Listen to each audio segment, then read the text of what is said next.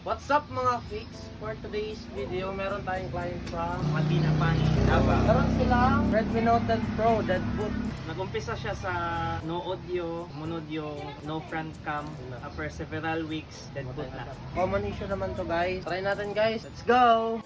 Uban ni napod mi karon mga ka-fix kay nana po tayo ayun nga Redmi Note 10 Pro nga dead boot. Common issue na yun mga ka-fix sa Redmi Note 10 Pro, and makita na po ninyo karon nga mag CPU reball na pod mi. Basta no audio, no touch, no display, no camera, then mag dead boot, automatic CPU na pod na mga ka-fix. Pero di ta mabalaka mga ka-fix kay ang Gadget Fix Samal nag-offer og up to motherboard repairs. Ug makita po ninyo ang mga proof nga amo na po ning na-repair sa mga past nga vlogs. Ug ato na ning giusap og repair vlog kay ato ang customer is from Matinapani ng Davao City. Salamat kay mga ka-fix kay inyo pa yung ginaadto diri sa Samal ang inyong mga guba nga gadget para magpaayo lang. Salamat kay sa inyong pagsalig and shout out sa inyo ha mga ka-fix. Ug unta sa mga mulabay nga tuig kay inyo gapon ming i-support og saligan. Dili mi ang pinakahawd og pinakabarato nga repair shop, pero isa mi sa pinaka-honest nga repair shop maong masaligan jud mi ninyo mga ka-fix. Ug makabantay na jud mo ana mga ka-fix kay amo ang mga customer kay mga lagyo.